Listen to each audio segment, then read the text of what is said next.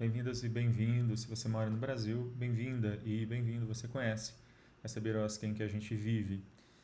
De vez em quando a gente pode dar boas notícias em meio a toda uma onda reacionária e conservadora que o Brasil vive, e essa é uma boa notícia. O censo de 2022, o último censo, ele acaba de disponibilizar a notícia de que aumentou em 552%, é muita coisa, o número de lares, o número de residências chefiadas por pessoas LGBT+. E é um pouco sobre isso que eu quero falar hoje. Virando esse quadro que eu faço todas as semanas, falando de questões de direito. Esse conteúdo fica disponível no youtube.com/Alexandre Bahia, assim como o Birosca News está disponível em várias plataformas de podcast. Se você gostar desse conteúdo, curta, compartilhe, ative o sininho para ver quando for publicado um novo episódio. Então, o IBGE divulgou recentemente o censo, mostrando que subiu. Em 2010, eram 9.957 lares chefiados por pessoas LGBT.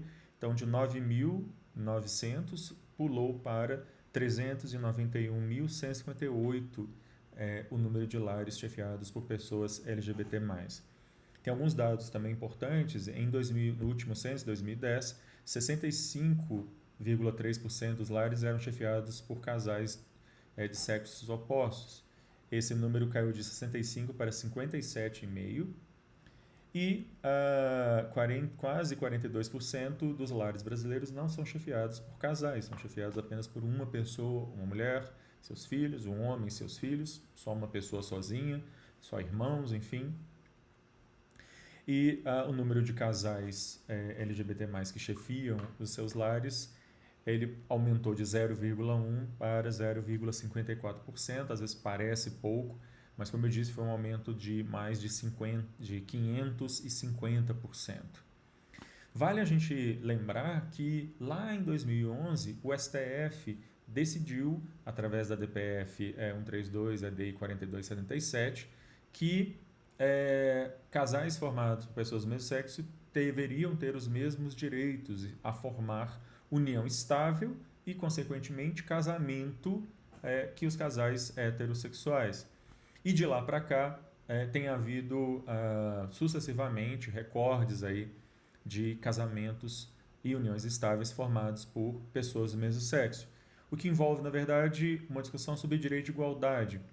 Como muito bem disse o relator, o Aires Brito, na DPF 132, pessoas heterossexuais não perdem nada quando pessoas homossexuais conseguem o direito de ter o mesmo direito que pessoas heterossexuais já possuem.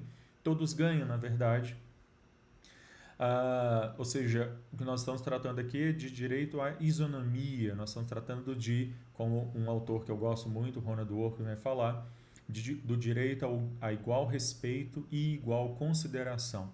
Não se está falando aqui de nada mais do que o bom e velho direito de igualdade consagrado nas declarações liberais de direitos lá dos anos de 1700, se a gente pensar na Declaração Universal Francesa de 1789, ou até um pouco antes, no caso da Revolução Gloriosa da Inglaterra de 1689 no Bill of Rights. Então a gente não está falando de nada assim muito inovador, a gente está falando de algo que é exatamente bem consolidado.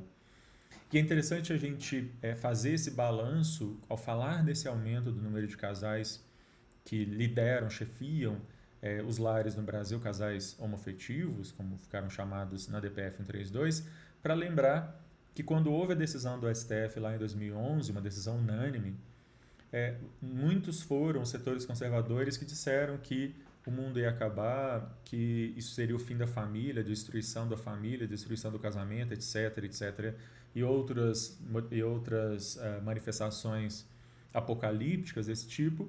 E passados mais de 10 anos depois, quase 15 anos depois, o que a gente vê na verdade são relações protegidas pela lei, pessoas podendo viver suas vidas, adultos de livre e espontânea vontade, podendo viver suas vidas sem interferência excludente do Estado que havia anteriormente a essa decisão. É motivo, na verdade, de um lado de celebrar, de outro lado de lembrar que passados quase 15 anos da decisão, até hoje o Congresso Nacional Brasileiro foi incapaz de transformar essa decisão em uma lei, apesar de terem havido e haverem muitos projetos de lei que já tramitaram e tramitam no Congresso Nacional para reconhecer as famílias homoafetivas, enfim, as uniões estáveis, os casamentos como famílias, uniões e casamentos tais quais aqueles formados por um homem e uma mulher. É absolutamente lamentável e indigno, porque isso ainda mantém o Brasil no posto de praticamente o único país de todas as 3 Américas e Caribe a possuir 0 leis federais, 0 leis nacionais para a população LGBT+.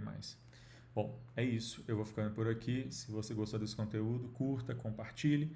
E a qualquer momento eu volto falando mais alguma questão maluca, absurda, estapafúrdia que acontece nessa birosca de país.